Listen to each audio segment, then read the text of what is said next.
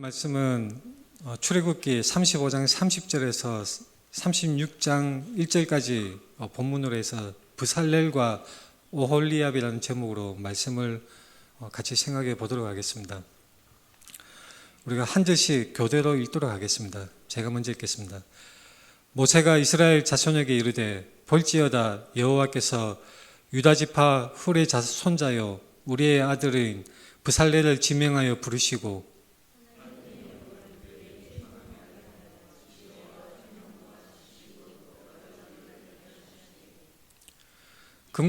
금과 은과 노수로 제작하는 기술을 고안하게 하시며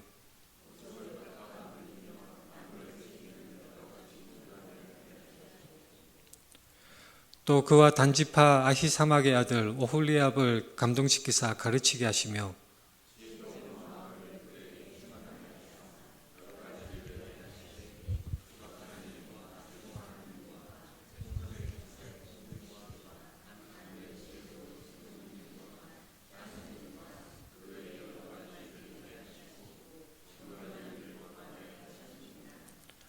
어, 36장 1절은 같이 읽도록 하겠습니다. 브살렐과 오홀리압과 및 마음이 지혜로운 사람 곧 여호와께서 지혜와 총명을 부으사 성소에 쓸 모든 일을 할 줄 알게 하신 자들은 모두 여호와께서 명령하신 대로 할 것이니라. 아멘. 우리 앞뒤 좌우 돌아보면서 반갑게 인사하겠습니다. 사랑합니다. 축복합니다. 사랑합니다. 축복합니다. 보통 외국인들이 우리나라에 오면 제일 먼저 인상 깊게 생각하는 것이 한국인들의 무뚝뚝한 표정이라고 합니다. 여전히 제가 이 단위에서 보면 무뚝뚝한 표정으로 서로 인사하는 것 같습니다. 그러나 속마음은 아주 따뜻하고 친절한 마음이라고 저는 확신하고 있습니다. 여러분들이 잘 알다시피 이런 시가 있습니다. 김춘수의 꽃, 아주 유명한 시이고 중학생, 고등학교 과정인지 확실하게는 기억이 나지 않습니다. 내가 그의 이름을 불러주기 전에는 그는 다만 하나의 몸짓에 지나지 않았다. 내가 그의 이름을 불러주었을 때 그는 나에게로 와서 꽃이 되었다. 이 시가 의미 있는 그런 시라고 저는 생각을 합니다. 아주 유명한 시고 많은 의미가 있죠. 원래부터 존재하고 있었지만 그러나 너와 나와의 관계에서 그 의미를 부여할 때에 나에게 새로운 존재로 그리고 진정한 존재를 인식할 수 있다는 그런 의미를 가지고 있는 아주 뛰어난 시라고 할 수가 있습니다. 제가 왜 느닷없이 김춘수의 꽃 이 시를 가지고 나왔냐면 우리가 보통 성경을 읽을 때 많은 의문이 많은 질문들이 생길 수가 있습니다. 우리가 성경 읽기 진도표를 가지고 성경을 같이 쭉 읽어오고 있는데 저는 창세기를 읽었을 때 예전에 궁금하게 생각했던 것이 있습니다. 창세기 9장에서 이런 내용이 나오죠. 노아의 홍수 후에 하나님께서 무지개를 구름 속에 두었다는 그런 내용이 창세기 9장 13절에서 16절 사이에 그 내용이 나옵니다. 내가 내 무지개를 구름 속에 두었나니 이것이 나와 세상 사이의 언약의 증거니라. 그래서 이제 그 구름 위에 뜬 그 무지개를 볼 때마다 하나님께서 영원하신 그 언약을 다시는 물로 그 모든 생물을 심판하는 그러한 것을 행하지 않겠다고 하는 그런 언약을 기억하겠다는 그런 말씀을 노아와 또한 그의 가족에게 하나님께서 말씀하시는 장면입니다. 여러분들은 그런 의문이 들은지 모르겠지만 저는 이 부분을 읽을 때 그런 생각이 들었습니다. 노아의 홍수 후에 하나님이 노아와 노아의 가족들에게 무지개를 두었다고 말씀하셨는데 그렇다면 노아의 홍수 이전에는 무지개가 존재하지 않았을까? 물론 창세기 2장에 보면 창조 후에 비가 내리지 않고 안개만 땅에서 올라와 지면을 적셨더라는 그런 내용이 창세기에 나오긴 합니다. 하지만 무지개는 안개가 낀 상태에서도 무지개가 보일 수가 있죠. 제가 이 그림을 잠깐 띄웠는데 무지개는 우리가 잘 알다시피 공기 중에 있는 물방울에 빛이 들어와서 반사가 될 때에 그 물방울을 통과하면서 각 색깔의 그 빛의 색깔들이 파장이 다 다릅니다. 파장이 다르므로 색깔별로 굴절률의 차이가 있습니다. 그래서 빛이 들어와서 물방울을 통과해서 나갈 때에 굴절률의 차이에 의해서 색깔별로 산란이 되어서 7개의 색깔로 무지개가 나타나는 것입니다. 노아의 홍수 이후에 하나님께서 언약의 증거로 무지개를 두셨다고 하는데, 그렇다면 그 이전에는 이런 자연 현상, 당연히 빛이 그 파장이 다른 색깔별로 다른 빛이 산란이 되어서 나타나는 이 현상 무지개가 나타나지 않았는가? 노아의 홍수 이전에는 빛이 산란율이 굴절률이 동일했는가?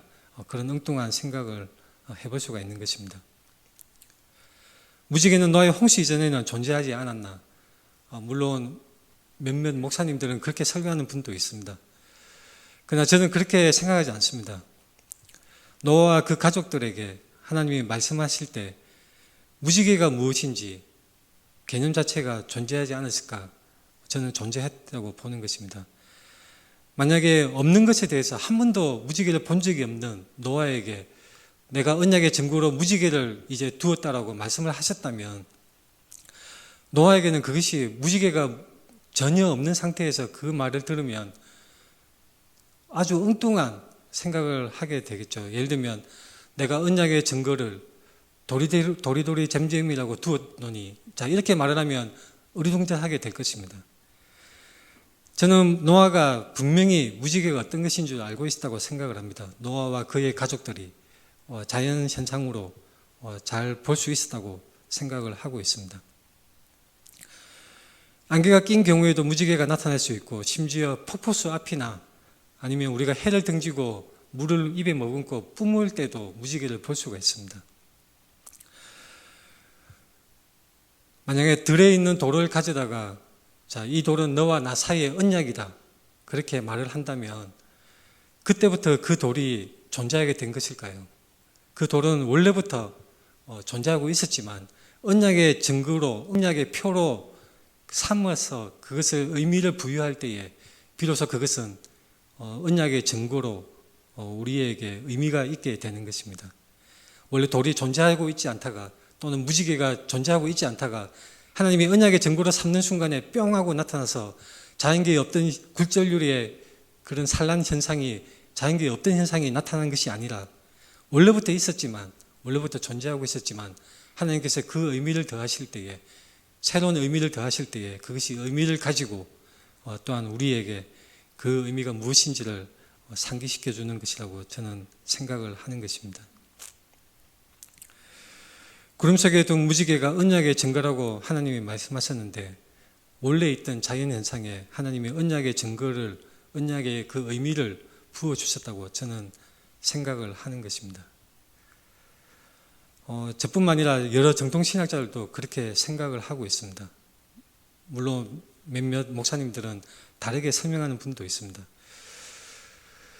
그러나 저는 제 생각이 옳다고 생각합니다. 이 자연현상에 흔하게 볼 수 있는 무지개지만 하나님께서 노아의 홍수 이후에 그 언약의 증거의 의미를 두심으로 말미암아 그것이 새롭게 우리에게 다가오는 것입니다. 마치 김춘수의 꽃처럼 그냥 원래 있던 꽃이었지만 나의 꽃이라는 그런 의미를 부여할 때에 그 꽃은 특별한 꽃이 되고 나에게 의미를 가지게 되는 것입니다.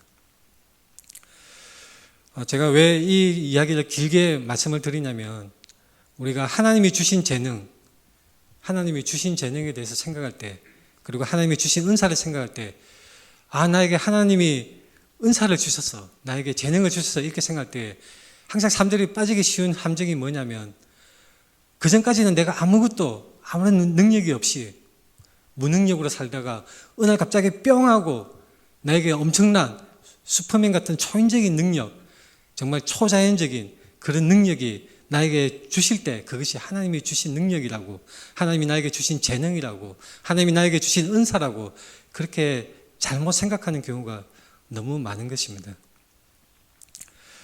오늘 본문의 주인공인 부살렙과 오홀리압은 어떤 사람일까요?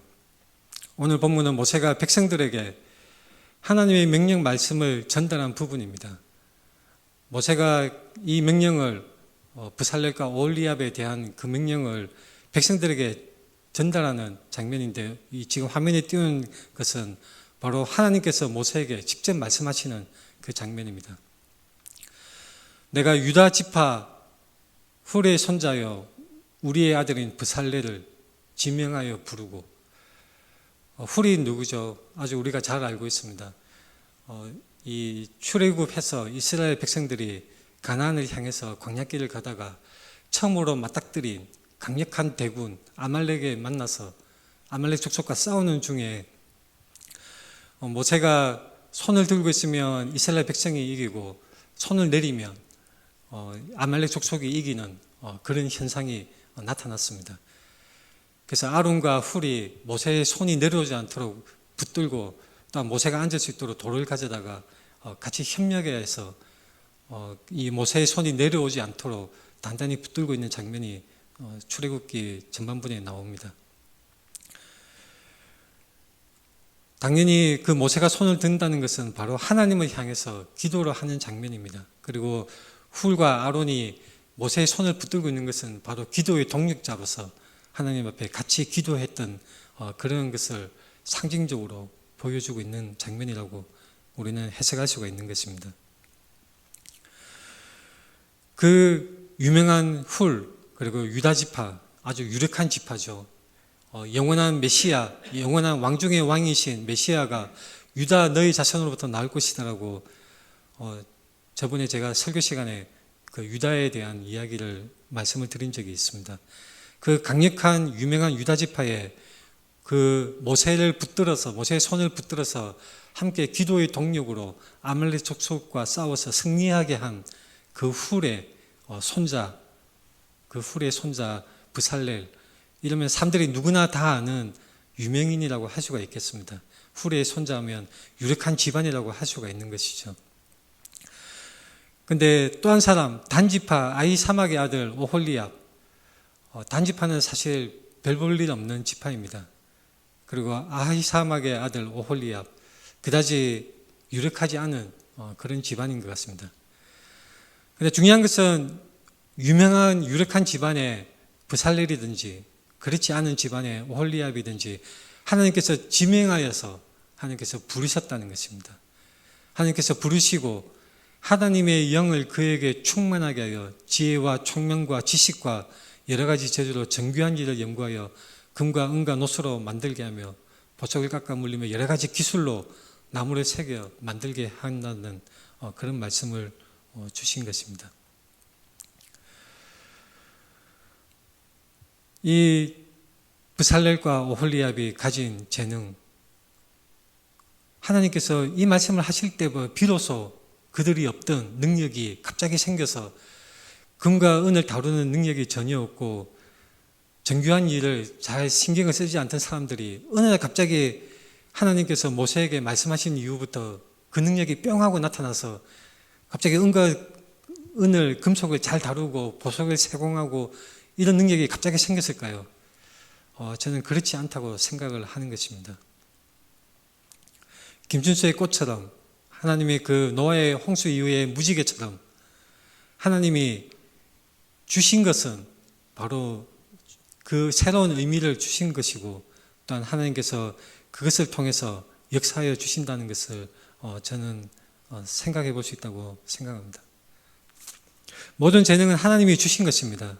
모든 재능과 은사, 우리가 가진 모든 능력과 모든 환경들은 다 하나님께서 우리에게 주신 것입니다. 모든 능력과 지혜의 근원, 그 근본은 바로 우리 하나님이십니다. 하나님이 주시는 이 지혜와 총명과 지식, 여러 재능, 이런 것들은 항상 이 유사한 표현들이 나오고 있는 것을 봅니다. 지혜와 총명과 재능, 지혜와 총명과 지식. 이 열왕기상 7장 14절에 보면 이런 말씀이 있습니다. 그는 납달리 지파 과부의 아들이요 그의 아버지는 두로 사람이니 놋의 대장장이라. 이 히람은 모든 놋 일에 지혜와 총명과 재능을 구비한 자이더니 솔로몬 왕에게 와서 그 모든 공사를 하니라. 이 히람이라는 이 사람은 바로 솔로몬의 그 찬란한 왕궁을 건축한 사람입니다. 모든 재능과 지혜와 총명과 재능을 구비한 자로 그렇게 열왕기상 7장에 말씀이 나와 있습니다. 이 하나님이 부어주시는 지혜와 총명과 재능, 모든 능력과 지혜의 근본이고 근원이신 우리 하나님이 그 능력을 주시는 것입니다. 때로는 제가 이렇게 말씀드린다고 해서 하나님은 새로운 능력은 안 주시는가 보다 그렇게 또 잘못 생각하시면 안 됩니다. 물론 하나님께서 새로운 환경에 새로운 능력을 또한 초자연적인 능력을 부어주실 수도 있습니다. 지팡이를 던져서 뱀이 되게 하실 수도 있고 나일강이 핏물로 변하게 하실 수도 있고 새로운 능력을 초자연적인 기적적인 능력을 주실 수도 있습니다. 하나님이 필요하다고 생각하신다면 하나님이 의도하신다면 우리에게 언제든지 그것을 또한 주실 수 있습니다. 또한 반면에 우리의 일상적인 능력 그것이 또한 하나님을 위해서 사용될 수가 있고 하나님을 위해서 그것이 쓰임받을 수가 있는 것입니다. 모세가 처음에 하나님의 부르심을 받았을 때 떨기나무 아래서 떨기나무에 그 임하신 하나님이 모세야 이리 오너라 하고 그렇게 부르셨을 때 이제 모세에게 이스라엘 민족을 맡기는 그런 임무를 주실 때에 모세가 반대한 이유가 하나님 저는 입이 너무 부족합니다. 말을 잘 제대로 못합니다. 말을 잘 제대로 못하는 저희를 내세우지 마시고 다른 사람을 세워주십시오. 그렇게 사양하는 장면이 나오죠. 저는 그 구절을 읽을 때도 그런 의미 들었습니다. 그때 갑자기 하나님께서 모세에게 유창하고 아주 웅변가로서의 달변하는 그런 말하는 능력을 왜 부어주시지 않았을까? 지팡이를 던져서 뱀이 되게 하고 온갖 초자연적인 능력을 일으키는 모세인데 왜 말을 하는 능력을 다른 초자연적인 능력에 비하면 그렇게 어려운 그런 기적도 아닐 텐데 왜 모세에게는 그런 말 잘하는 능력을 따로 부어주시지 않고 다른 사람을 세워서 그 아론을 세워서 모세를 대신해서 말을 하게 하신 것을 볼 수가 있습니다. 저는 그 이유가 굉장히 궁금했었습니다. 왜 모세에게 슈퍼맨 같이 말도 잘하고 이 리더십도 충만하고 왕궁에서 교육받은 대로 아주 많은 학식이 있고 법률에 해박한 지식을 가진 모세가 말까지 잘하게 되면 아주 금상첨화이지 않을까 그런 생각을 의문을 가진 적이 있는 것입니다. 그러나 하나님께서는 공동체 안에서 사람 간에 협력하는 것에 하나님께서 강조를 하시고 또한 그것의 중요성을 우리에게 말씀해 주시는 것 같습니다. 하나님께서는 이 교회 공동체 안에서 우리 신앙 공동체 안에서 많은 사람들이 합력하여서 서로 합치하여 같이 힘을 모아서 사역을 하고 여러 가지 일들을 하게 하시는 것을 우리가 성경 여러 곳에서 볼 수가 있는 것입니다. 우리는 교회 공동체 안에서 많은 저마다 다른 모습들, 저마다 다른 능력과 다른 개성을 가지고 있습니다. 하나님이 특별히 한 사람에게 모든 능력을 다 부어줘서 그 한 사람의 모든 것을 다 커버할 수 있도록 그렇게 하시는 것이 아니라 필요한 요소마다 하나님께서 사람을 두시고 또한 그 사람을 사용하셔서 합력하여서 한 몸으로 마치 몸의 각 지체가 합력하여서 일을 하는 것처럼 우리 각 개인들이 합력하여서 공동체를 위하여 또는 하나님을 위하여 사역을 행하고 그것을 이루어내는 것을 하나님이 기뻐하신다는 것을 우리는 성경을 가만히 살펴볼 때 알 수가 있습니다. 우리 모든 사람들은 여러 가지 일을 하고 있습니다. 세상에서 생계 일을 하고 있고 또한 교회에서 여러 가지 직분으로 성경 읽기 리더나 목자나 여러 가지 예배 찬양이나 또한 예배에 참여하는 것으로도 여러 가지 모양과 여러 가지 능력과 또한 직분으로 우리가 합력해서 사역을 하고 있습니다. 세상에서도 많은 직업과 직장에 우리가 일을 하고 있습니다. 학교 선생님도 있을 수 있고 개발자도 있을 수 있고 주식 투자에 전업하는 사람도 있을 수 있고 여러 가지 많은 직업을 가지고 수가 있는 것입니다. 그리스도인이 핵무기를 개발하고 대량 살상 무기나 미사일, 그런 아주 많은 사람을 죽일 수 있는 그런 끔찍한 무기를, 그런 것을 연구하고 개발하는 일을 할 수가 있을까요, 없을까요? 한번 그런 데 대해서 생각해 보신 적이 있습니까? 직업과 관련해서 여러 가지 많은 생각들이 있을 수 있습니다. 대량 살상 무기를 연구하는 미사일 연구를 하는 사람도 있을 수가 있는데, 그리스도인이라면 양심상 그러한 일을 할 수가 있을까? 정치 현장에서 온갖 그 중상모략을 하고 거짓말을 일삼는 정치가들이 그리스도인이라면 그 속에서 직업으로서 정치가 일을 할 수가 있을까? 어떻게 생각하십니까? 제가 시간이 많다면 이 기독교인의 직업관에 대해서도 아주 많이 설명할 것이 많이 있습니다.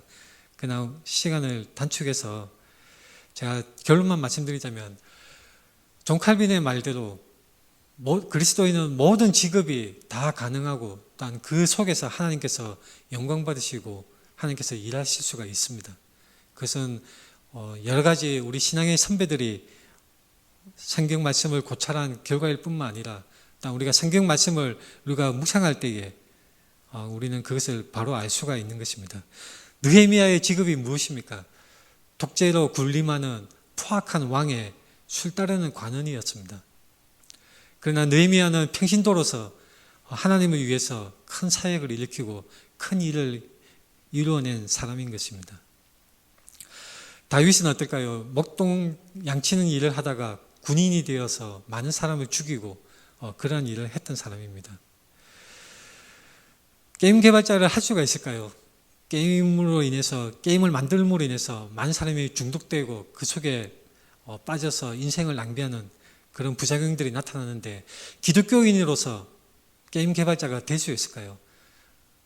될 수 있습니다. 얼마든지 하나님의 자녀로서 게임 개발자도 될 수 있고, 주식 투자가도 될 수 있고, 국가가, 사회가 용인하는 모든 합법적인 직업에 있어서 모든 직업이 우리에게 다 가능하고, 또한 그 직업을 가지고 있을 때에 우리는 최선을 다해서 생계를 잇고 가족을 부양하고 이웃을 돕고 또한 교회를 돕는 그러한 일에 쓰일 수가 있고 하나님께 영광을 돌릴 수가 있는 것입니다.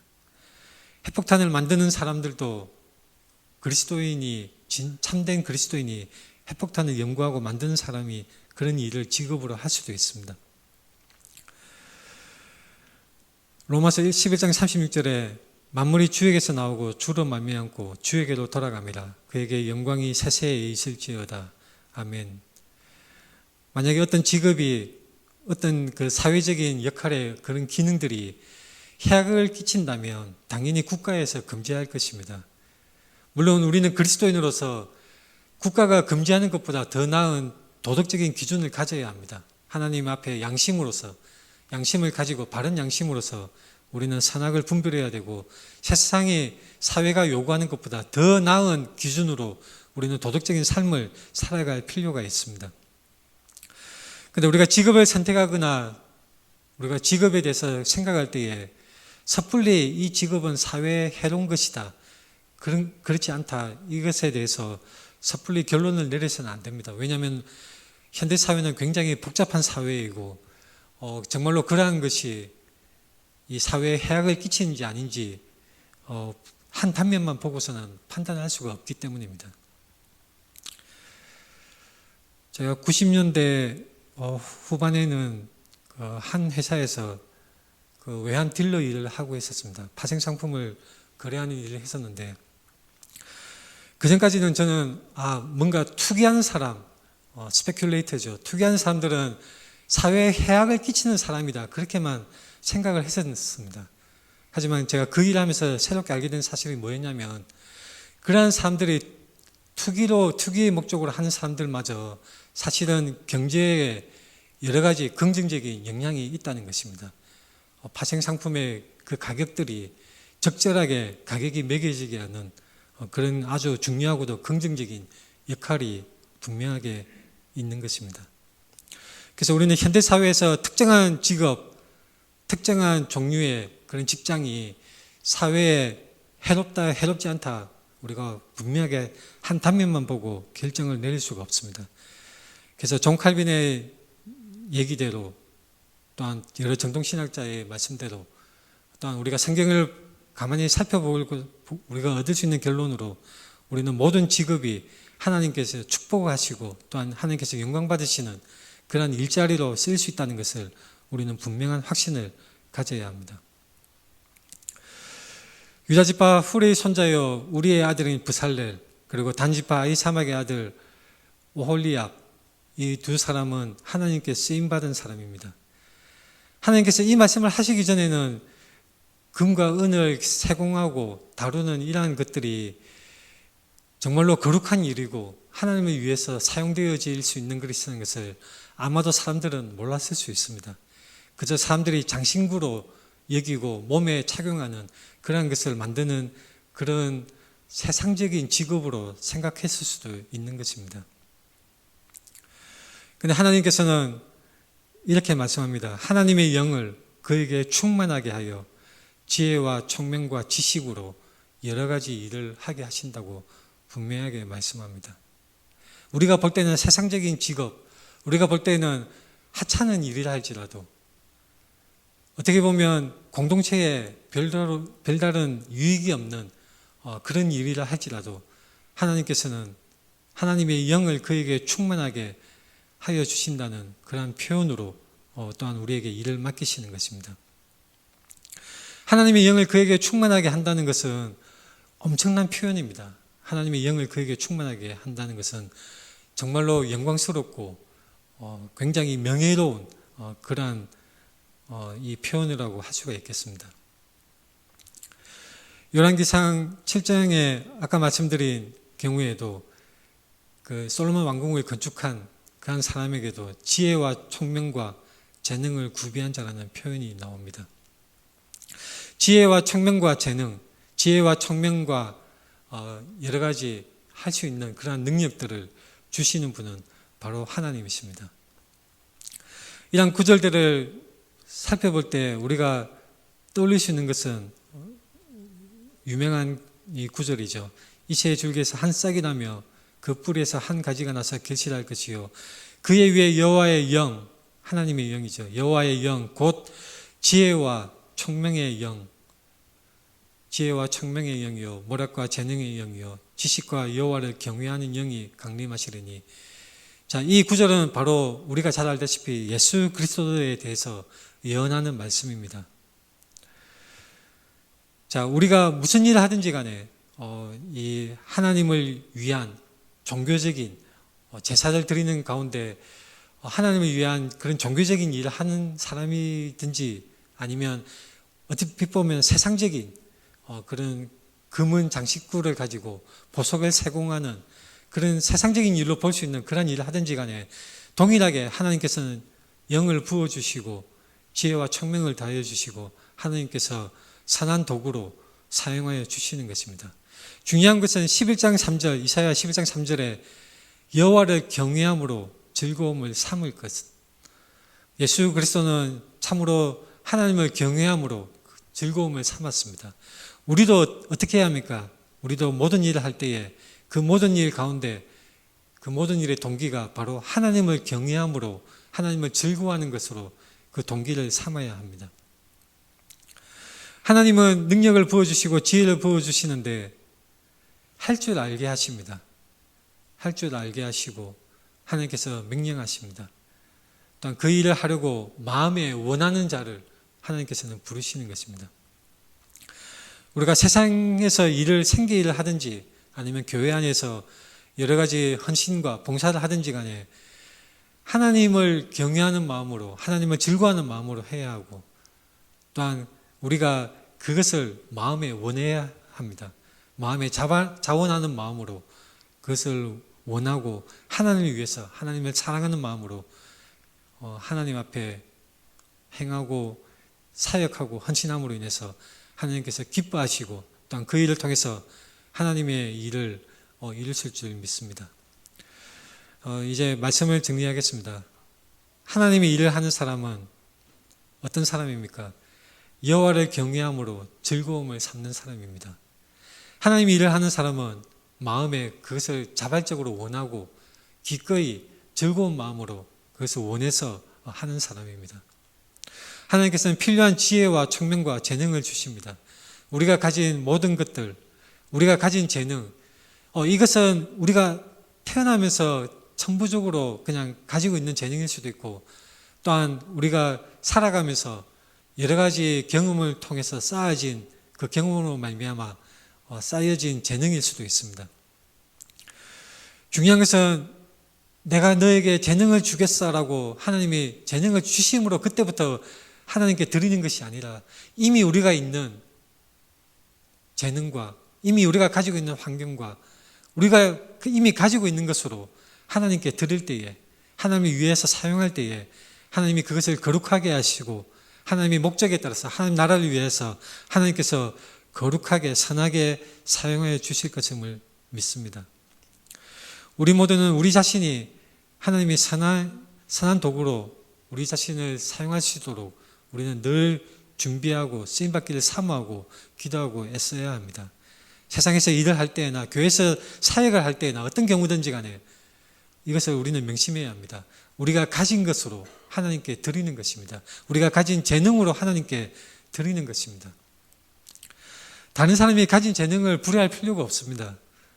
다른 사람이 가진 아주 아름답게 찬양하는 것을 부러워한다든지 정말 맛있게 음식하는 그런 것을 부러워한다든지 자기 자신에게 있는 것을 보지 못하고 다른 사람이 가진 재능과 다른 사람이 가진 은사를 부러워하는 것은 어떻게 보면 안타까운 일이라고 할 수가 있습니다.